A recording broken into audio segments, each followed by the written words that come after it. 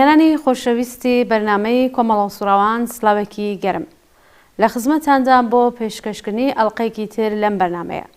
لە بەرنامەی ئەفتەماندا میوانداری بەڕێز هاوڕێ فەرشید غەفارنژاد ئەندامی کۆمیتەی ناوەندی کۆمەڵین کە سەبارەت بە دەور و نەخشی ڕێکخراوبوون لە کاری سیاسی و تەشکیلاتیدا قسە و باسێکمان دەبێت. هیوادارمەوەی تا کۆتایی بینەر و بیسەری ئەم بەرنمەیە بن. فەرموون لەگەڵما بن. هاوڕێ فەرشید ئەم کاتتان باش، زۆر سپاس بۆ ئامادەبوونتان. زۆر سپاس، منیش ڕێز و سڵاو هەیە بۆ ئێوە و بۆ هاوکارانتان و هەروەها ڕێز و سڵاو هەیە بۆ هەموو ئەو بەڕێزانەی کە بینەری ئەم بەرنامە. زۆر سپاس، بەخێر بێ دووبارە. کاک فەرشید، پێم خۆش ئەوەڵ پرسیارەکانم بۆ دەست پێ بکەم کە تەشکیلاتی حزب و کۆمەڵە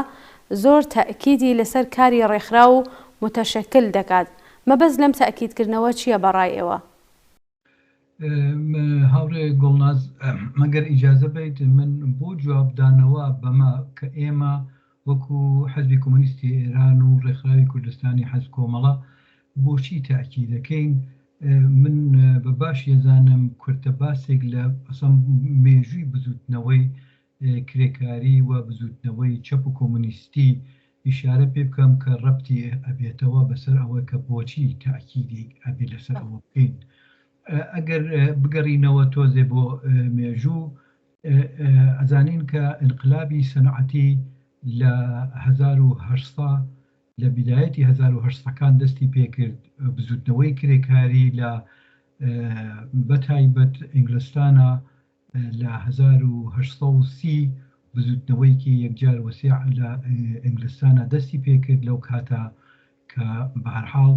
کرێکاران داواکارێکی تایبەتی لەسەر وەزعی کار و ژیانی خۆیان هەبوو کە ئەو کاتە کەسێک بە ناوی ڕۆبرت ئۆین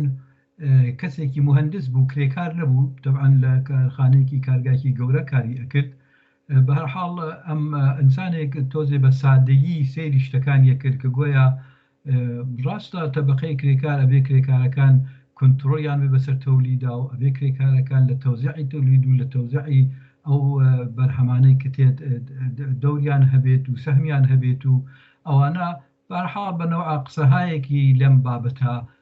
جوڵانەوەی وەکو ڕەهبەرێکی جوڵانەوە دەرکەوت و ئەم جوڵانەوە ئەتوانم بێژم کە نەوعێک سازماندەهی تیا بوو بۆ ڕێکخستنی ئاعترازاتەکە. هەر لەو زەمانەوە کرێکاران بە ڕێکخراوی بەرەحاڵ داوایان کرد، بەڵام دیارە ئەو بۆ چوونەی ڕۆبرت ئۆین زۆر کارامە نەبوو، چون هێشتا ئەو بورژوازی بەو نوعانە ئەناسی کە بورژوازی بلەخەرە زۆر بەو ئاسانیە تەولید و تەوزیعی بەرهەم نادا بە دەست کرێکارەوە. بەرحاڵ ئەمە بە ماوەیەکی زۆر تێگەیشت کە دوجار ئەم بزوتنەوە گەشەی کرد، گەشەی سند، گەشەکەی وا بوو کە بوو بە ڕێکخراوە و ڕێکخراوەیەک بە هەر بینیشێکە و کە ناوی ببەرین ئیستا بە هەرحاڵ ئەو کاتە داخوازی هایەکیان بوو کە لە 8 مادە ئەم داخوازیانە درا بە ناو چارت کە لە مێژووە بە بزوتنەوەی چارتیستەکان مەشهورە. چارتیستەکان دیارە وەختەوە تۆ چارتیستەکان بە معنای ئەوە کە کۆمۆنیست نەبوون، بەڵام بزوتنەوەیکی چارتیست بوو کە ئەو 8 مادە کە ئێمە پێڵین مادە ئەوان پیانەوە چارت بەحاڵ دەستی پێکردووە داواکاریەکانیان کرد.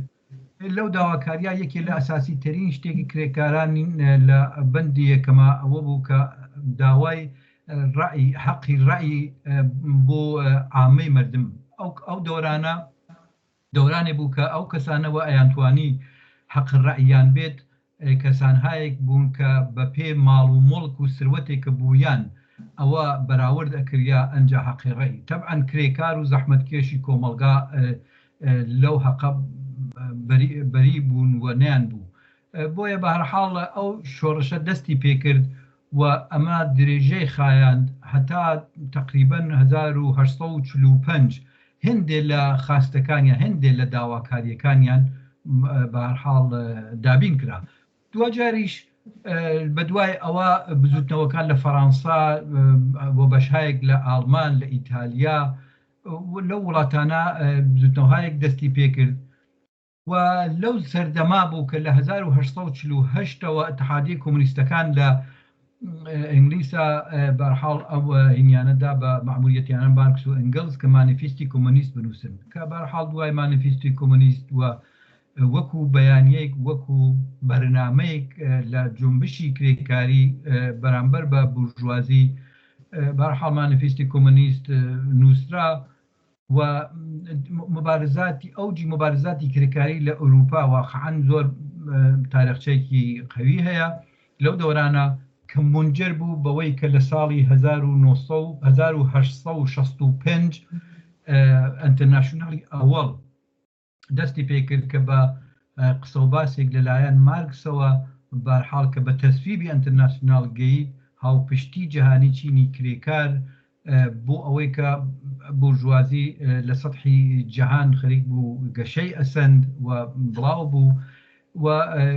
مارکس یەکی لە ئەساسی ترین بەحسەکەیەوە بوو کە لە مانیفیستی شاهەیە طبقەی کرێکار طبقەیەکی جیهانی بیر بکاتەوە مەنافعی طبقەی کرێکار ئەبێ کۆمونیستەکان مەنافعی جنبشی سەراسەری و جنبشی هەمێ تواوی بەشەکان و لە هەمان کاتا جنبش مەنافعی چینی کرێکار و چینی کرێکار بەڕێک خراوەیی بتوانێت بەرامبەر بۆ بێسێت کە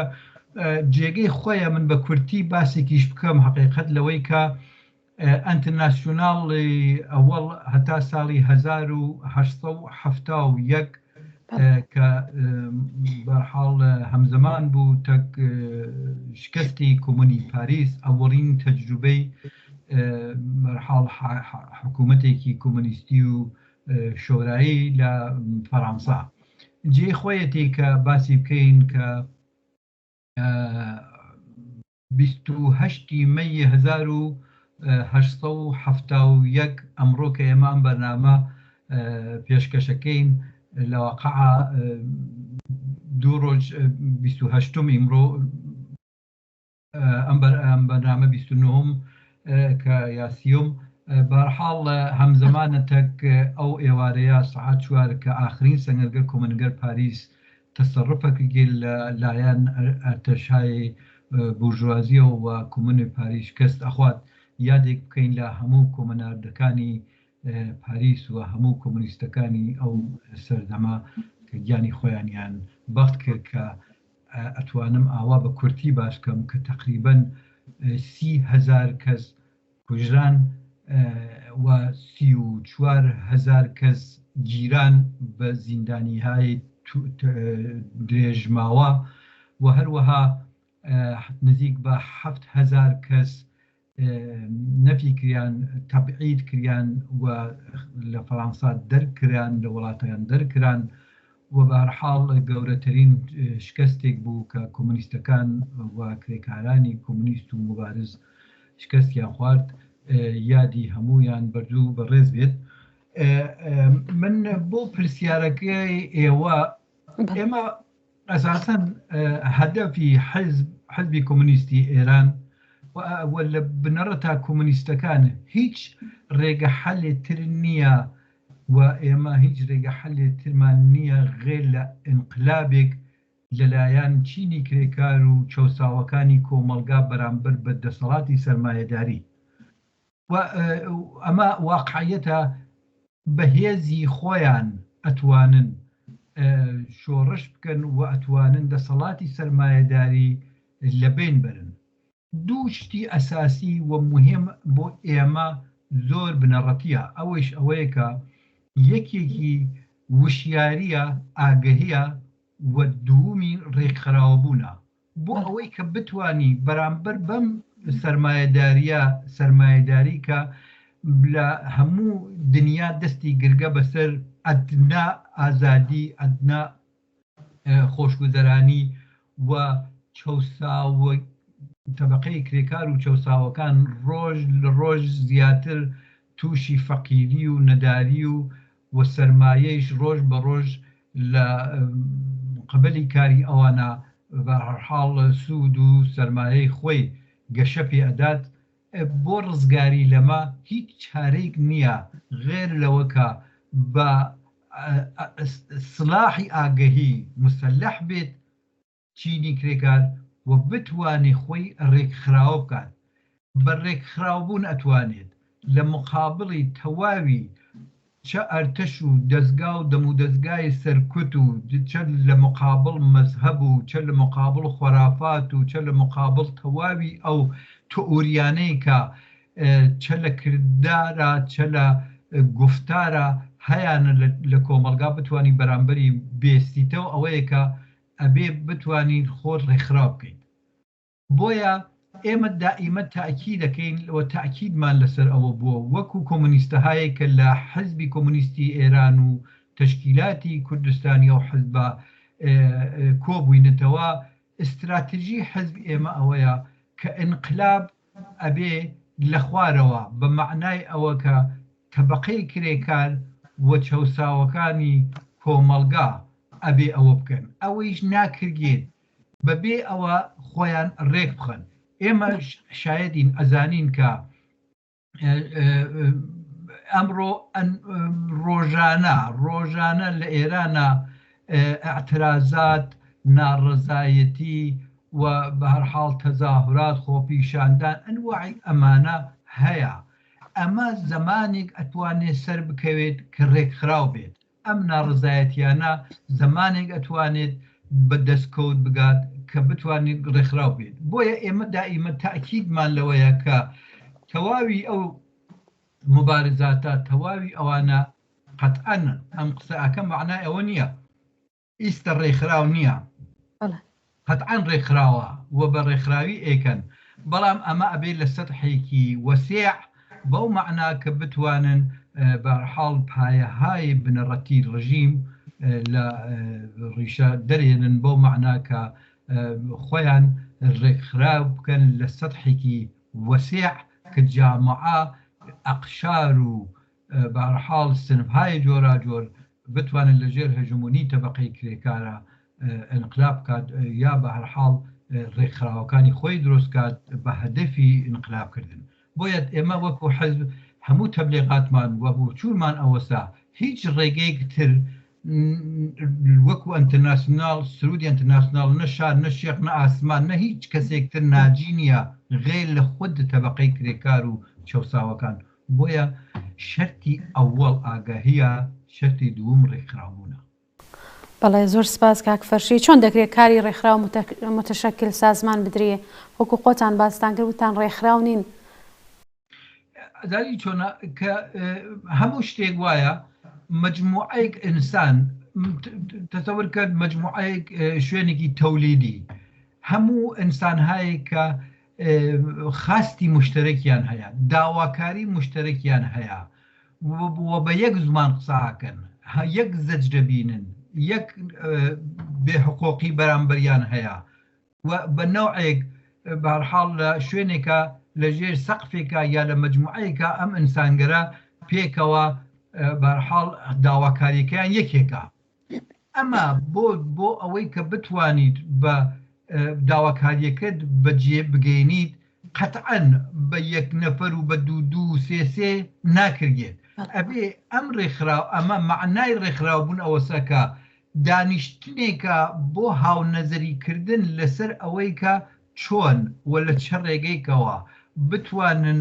خاستهاو ئەو داواکاریانەی کە هەیەە بگەینن بە نەتیجە. بۆیە لە هەموو شەرایەتێکە تایبەتمەندی خۆی هەیە. قەتعەن من ناتوانم ئیستە بێژم ئەبێ چی بکەن یا چی نەکەن، بەڵام لە سەطحی عمومی ئەوەندە ئەتوانم بڵم کە داواکاری مشترک چیە ئەمڕۆ بۆ کرێکارێک بۆ مجموعە ئینسانهایەکی کرێکار لە شوێنێکە داواکاری چییە؟ داواکاری خۆ دیارە لە جامعەیەکی وەک ئێرانە بێکاری ئەوە لە هینی ئەوەڵایە. دوو سەطحی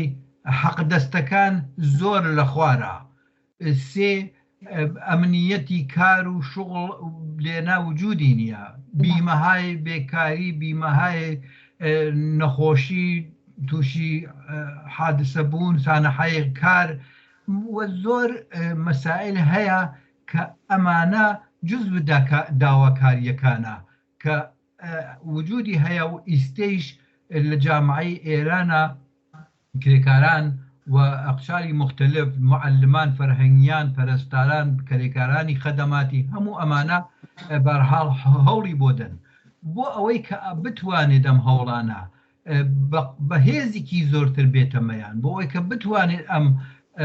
داواکاریانە بە ئەنجام بگەیت بتوانێت بەهەرحاڵ نەتیجەیەک پێیاکات هیچ کارێکتر نیە غێر لەوە متحد بوون یانێ خۆیان بەڕێکخراوە بوون و منسەجم بکەن لەسەر ئەوەی کە ئەم خاستگەرە و ئەم داواکاریانە چۆن ئەتوانن بەرحاڵ مبارزەی بۆ بکەن و لە چه ڕێگەگەیرە و ئەتوانن بیگەن بە نەتیجە بۆیە لە هەر شوێنێکە لە هەر شەرایەتێکە تایبەتمەندی خۆی هەست ئەتوانێت بەرحاڵ لەو شوێنە قەراری ئاخر بن بۆ ئەوەی کە چۆن ئەتوانن ئەو ڕێکخراوکەن بەڵام ئەمە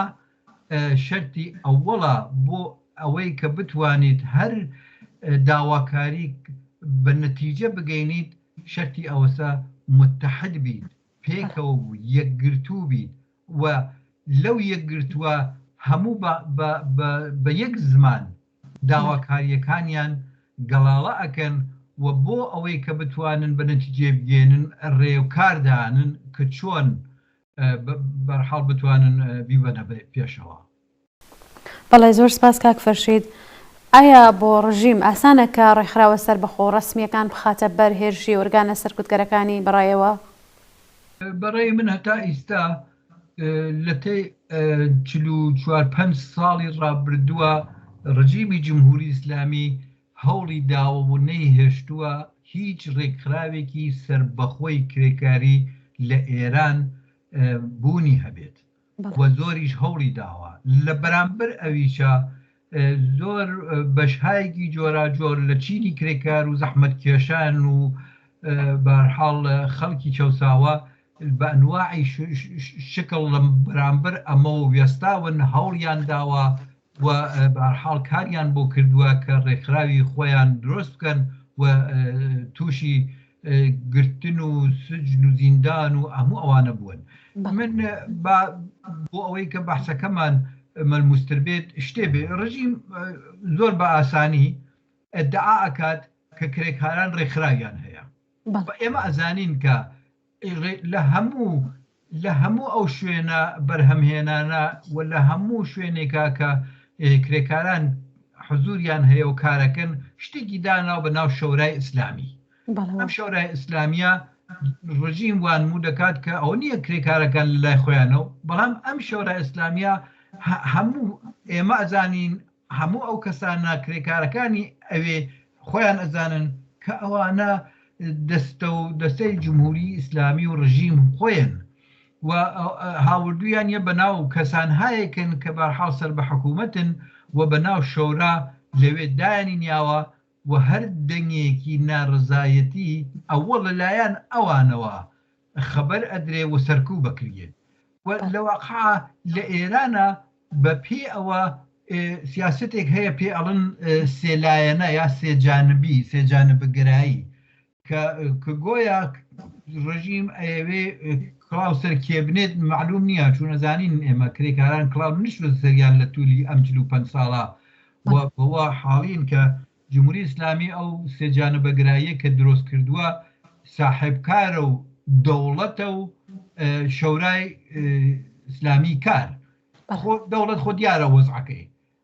دەی ساحبکارەکانی معلومە سپای پاسداران اقتصادی ئێرانی بەدەستەوەیە لە نەوتەوە بیگرە ئەتا فولاد و هەتا جودانە ماشین سازی و ئەنواعی ئەم شرکەتگە تەولیدیە کە لە ئێرانە وجودی هەست خۆ ساحبکارەکەی معلومە سپای پاسدارانە شەورای ئیسلامیش دار و دەستەی ئەوانن لە مقابڵە ئەمەوە ئێمە ئیمڕۆ شاهدین کە شەورای فەرهەنگیان هەیە شەورای هەماهنگین فەرهەنگیان و معلمان هەیە اتحادیە شرکت واحد مستقل وجودی هەست کە هەر ئەمانەی کە ئیمڕۆ وجودیان هەست کە کار ئەکەن و مستقلن بە دەیان جار هەر ئیستا ئەو کەسانێکی ناسراویان هەن لە زیندانەکانە وەگیراون و ڕژیم جمهوری ئیسلامی حتا مەجای ئەوە بەم کرێکارانە کە داوای مافی سەرەتایی و بنەڕەتی خۆیانەکەن نادان و بە ڕسمیەتیان نادان. من نمونەتە باسی بکەم، 3 نفر شركة واحد جزء هيئة رئيسي اتحادية شركة واحد وزراني تارانن يستهان لزندانا حي وحاضر كأما بيقو خساكين لزندانا جرميشيان إخراج كرياغن لكار پرونديان بو دروس كردون ولا زندان دانيان كقويا أمنيتي مليار سودا خطر كارك فقط كاركيش كان أو بوكا برحال اتحادية مستقل الرجيم ودمودسكاي حكومة داب مرزينن ويا حكومة لتولي كيلو فنصالة هولي داوا وهميشيش دايم بخطركي قوراء زانين اگر بقر مو بسعالكي بيشو بله حكومة رجيم جمهوري اسلامي وسرمايداري ازانيت نقطة ضعف سرمايداري اتحادي كريكاران متشكل بوني كريكاران پاژنە ئاشیلی حکوومەتەکانە پاژنە ئاشیلی سەرمایەداریە بۆیە ڕژیمی جمهوری ئیسلامی نەتەنها مەجال نادات بەڵکە بە شەدیدترین شێوە کە ئێمە ئەمڕۆ شایەدین فرێک لە معالمین و فەرهەنگیانی مبارز هان لە زیندانە و بە هەر حاڵ مەجالی ئەوەی کە ئەمانە بتوانن خۆیان مستەقل متشکل بن و کاری متشکل بکەن مەجالیان پێنادا بۆیە خەتەری جدی هەیە متشکل بوون هەر دەرەجەیەک لە متشکل بوونی ئەمانە خەتەرێکە بۆ زەعیف بوونی دەسەڵاتی ڕژیم و دەسەڵاتی سەرمایەداری لە واقعە بۆیە ئەو پرسیارە زۆر بە کورتی ئەوە ئابێت کە نەتەنها ناهێڵێت بەڵکە زۆر سەرمایەشی بۆ دائەنێت کە بە هەر حاڵ بەرامبەری بێسێت و نێڵێت کرێکاران بتوانن متحد و متشکل بن پێکەوە. بەڵێ زۆر سپاس کاک فەرشید چۆن دەکرێت ئەوەها تەشەکولهایەکی سەربەخۆ دروست بکرێ؟ ئەدانی چۆنە من پێم وایە پێشتر لە سوعالەکەی پێشترە ئیشارەم پێکرد وەختێک باسی ئەوە بکەین کە باسی ئەوەکەین کە خاستی مشتەرەک وجودی هەست لە مؤسسەیەکی تەولیدیە لە شوێنێکی بەرهەمهێنانە لە کاری پەرستارانە لە کاری معلمانە و کاری کرێکارانی خەدەماتی کە ئەمڕۆ بینین لە سەطحی شارەکانە کارەکەن لە ناو شارەکانە ئەمانە خاستەکان و داواکاریەکانیان پێکەوە دیارە معلومە چیان ئەوێت و چیان کەمە وەکو نمونە من مجموعەی شتم باس کرد لە حەق دەستەکانەوە بیگرە تا بیمەکانیان بیگرە هەتا سەعاتکارەکانیان بیگرە هەتا قەراردادەکانیان هەموو ئەمانە خاستهایەکەن کە مشتەرەکە هەیانە دەستیان لە خوارەوەیە بیمەیان نییە سەعاتکارەکانیان توولانیە و مجموعەی ئەمانە سەبەبە ئەمانە دەلیلە بۆ ئەوەی کە دەنگ بخەنە پاڵ دەنگی یەک و بتوانن ئەمە بکەن بە قسەیەکی مشتەرەک پلاتفۆرمێکی دیاری و ئەم پلاتفۆرمە دیاریە ئەتوانێت بێ بە هەڵقەی ئەوەڵی ئەوەی کە بێکەوە هاوزوان و هاودەنگ متحد بن ئێمە وەکو حەزبی کۆمونیستی ئێران و کۆمەڵە ئێمە پێمان وایە مەجمع عمومی ئەتوانێت زۆر کارامەت بێ بۆچی بۆیە مەجمع عمومی هەموو ئەو کەسانە ئەتوانن بیر و نەزەر و ڕای خۆیان دەربڕن لەو مەجموعە لەو جەمعە لەو کۆبوونەوەی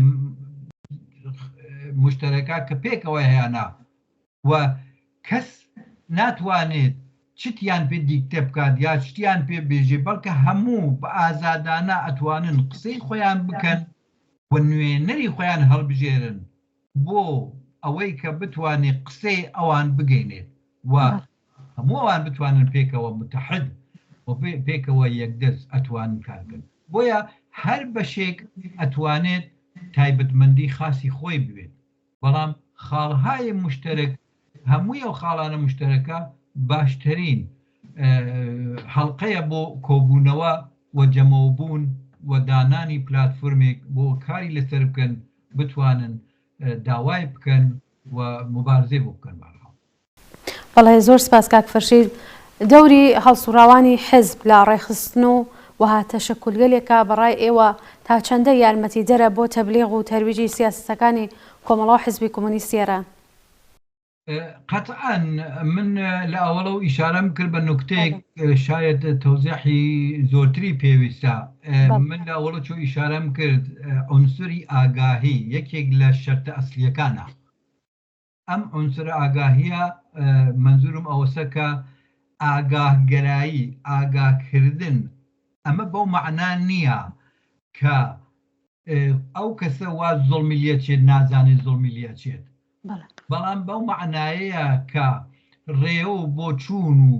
چۆنیەتی ئەم زوڵم و زۆرەی کە لەم کەسگەرە ئەکرگێت لەم ئینسانگەرە لە چینی کرێکار بە عموم ئەکرگێت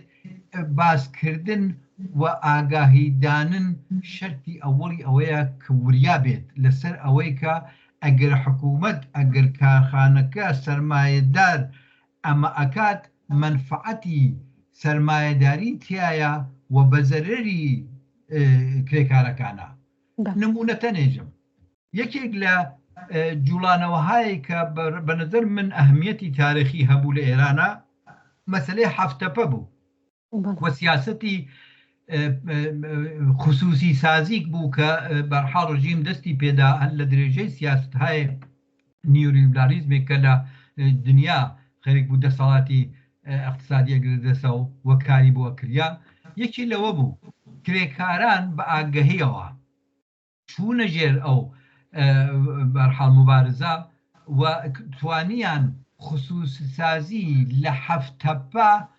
بە دوای ساڵها مبارزە شکست ببینن. ئەم عنسر ئاگاهیەیە وەیلا ئەگەرنا هەندێک کرێکاریش لەوانەیە بکاتە جواب بێژی قیچێکا دەوڵەت نەوێ با مەسەڵەن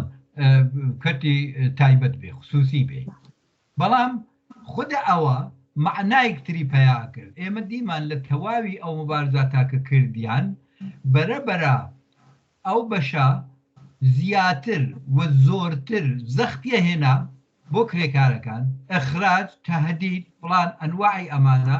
کە بە هەر حاڵ منجەر بوو بەوە کە ڕژیم لە مقابڵیە پاشکشێ کرد.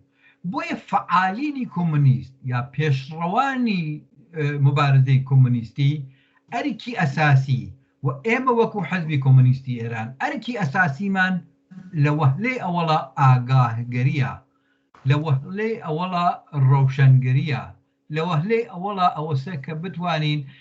تەئسیرمان بێت بۆ ئەوەی کە ئەم عنسرە ئاگاهیە بە تەورێ وەسیع لە جامعە بڵاو بێتەوە، لە جامعە بڵاو بکەینەوە، با مۆری مستەقیمی تویشی پێو نەبێت، بەڵام لەو جێگا کە شعارەکان ئەدرگێت، لەو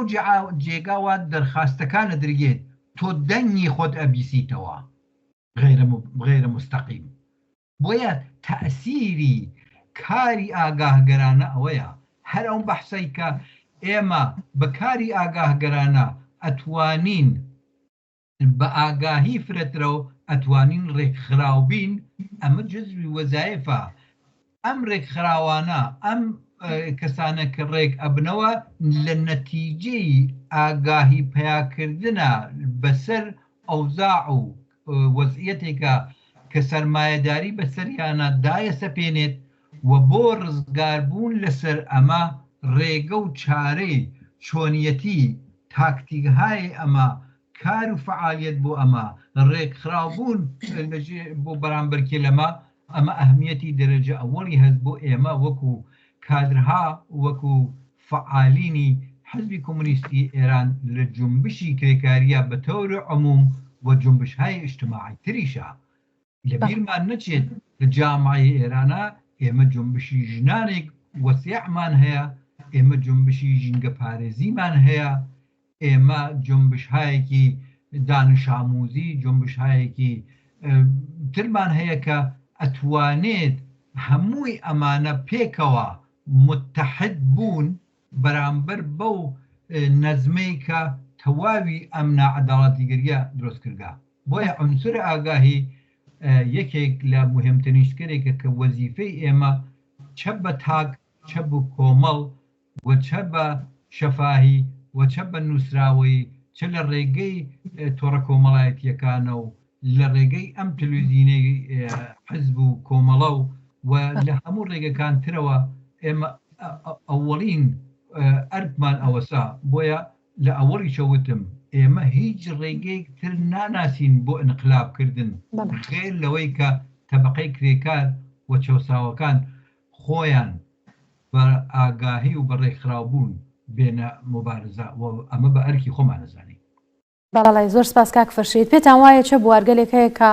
پێویستە بچینە سوراغی و کاری تێدا بکەین؟ بە نەزەر من لە جامعە ئیمڕۆی ئێرانە زۆر بوار هەیە بۆ کارکردن. هەروەها کە باسم کرد یەکێک لە جنبش‌های اجتماعی وەسیعێک هەیە. یەکێک لەو جنبشە اجتماعی گەرەسا ئێمە هەوڵ بین بۆ ڕێکخراو بۆ ئەوەی تا ئەو جێ بتوانین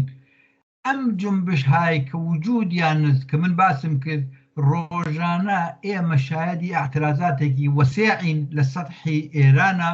لە گۆشە و کەناری ئێرانە، لە کوردستانە و لە هەموو بەشەکانی تری ئێرانە. لە واقعە لە بەخش‌های مختلفی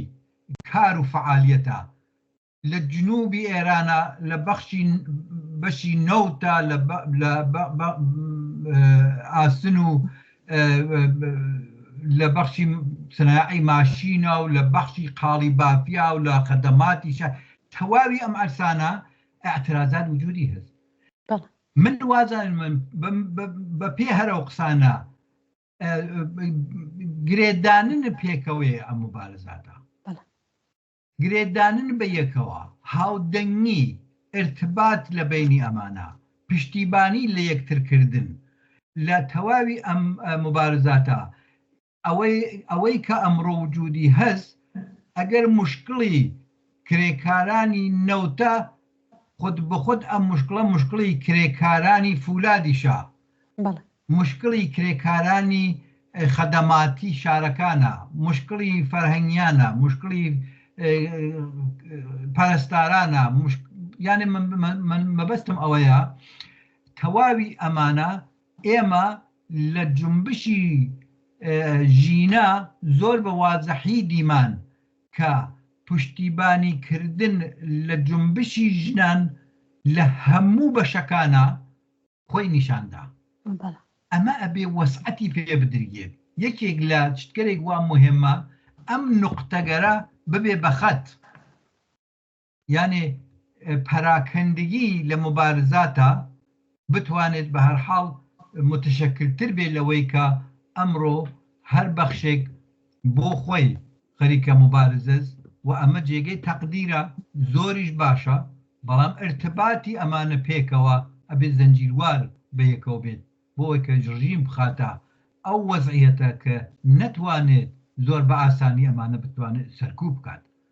بۆیە لە هەموو بوارێکات هەوڵ بین بۆ ئەوەی کە عنسری ئاگاهی و هاوسەرنوشتی هەموو جنبشەکان پێکەوە نیشان بین کە هیچ کامیان جیانین لە یەک، هەموویان پەیوەستن بە یەک و هەموویشیان نتوانن لە جێگەی خۆیانە ڕێکخراو بن و بە ڕێکخراویش ئەتوانن قەتعاً ارتباط و تەماسیان لێ بەیەکەوە. لە بیرمان نەچێت هەموو ئەم جنبشانە واقعیەت ئەوەستا بێڕەهبەر نییە. لەناو خۆیان هەمیشە ئەم تەندەنسە وجودی هەیە کە جنبش‌هایەکی کرێکاری، جنبش‌هایەکی اجتماعی بەرعەلەیهی زوڵم و زۆر هەمیشە لەناو خۆیان ڕەهبەرانی خۆی پەروەردە ئەکات. و ئێمە وەکو حزب و ئێمە وەکو کۆمەڵە لە ئێران لە کوردستان یەکێ لە وەزایفمان ڕەوشەنگری و ئاگاهسازیە مستەقیمەن بۆ ئەم جنبشگەرە، نە دەستور عەمەڵ نووسین. ئێمە ئستراتیژیمان دیارە، ئێمە ئەزانین بەرنامەمان چییە. ئێمە ئستراتیژی و بەرنامەی حەزبی کۆمونیستی ئێران و کۆمەڵە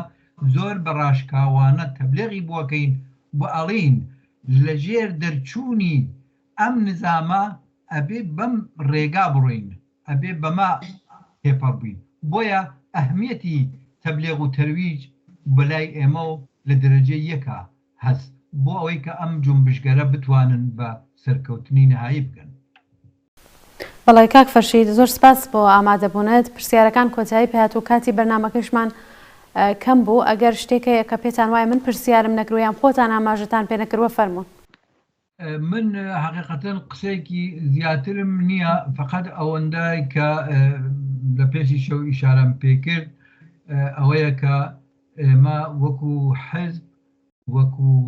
تەشکیلاتی کوردستانی حزب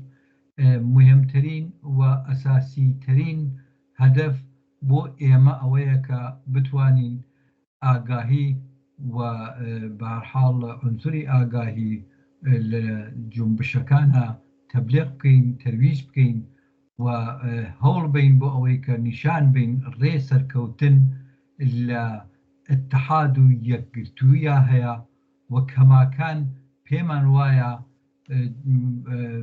مەجمەع عمومی و شەوراهای کرێکاری ئەتوانێت بەخشێکی ئەساسی بێت بۆ ئەوەی کە هەموو مبارزات و هەموو بەخشای چینی کرێکار و هەموو چەساوە و ستەم لێکراوەکان بتوانن بە هەرحاڵ دەوریان هەبێت نەخشیان هەبێت لە مبارزات و لە داهاتووی سەرکەوتووی ئەو مبارزاتە. من جارێکی دەستخۆشیتان لێ یەکەم سپاس بۆ ئەوەی کە ئەم دەرفەتانە بە مندا کە ئەم شەو لەگەڵتان بم. مەمنون هەربژین. زۆر سپاس. جارێکی تر سپاس بۆ هاوڕێ فەرشید غەفارنژاد ئەندامی کۆمیتەی ناوەندی کۆمەڵە کە لە بەرنامەی کۆمەڵە ئوستڕانی ئەم هەفتەمان بەشدار بوو. زۆر سپاس. بەڵێ بینەرانی خۆشەویست وێڕای سپاس بۆ هاوڕێیەتیتان کە لەگەڵمان بوون تا کۆتایی ئەم بەرنامەیە. ئێستایش سەرنجدان بۆ بینینی بەشی کۆتایی بەرنامەکەمان کە سەبارەتە بە چۆنیەتی خۆپاراستن لە بەرامبەر دەستگای سیخڕ و سەرکوتگەرەکانی کۆماری ئیسلامی. هیوادارم کە سوودی لێوەربگرێت.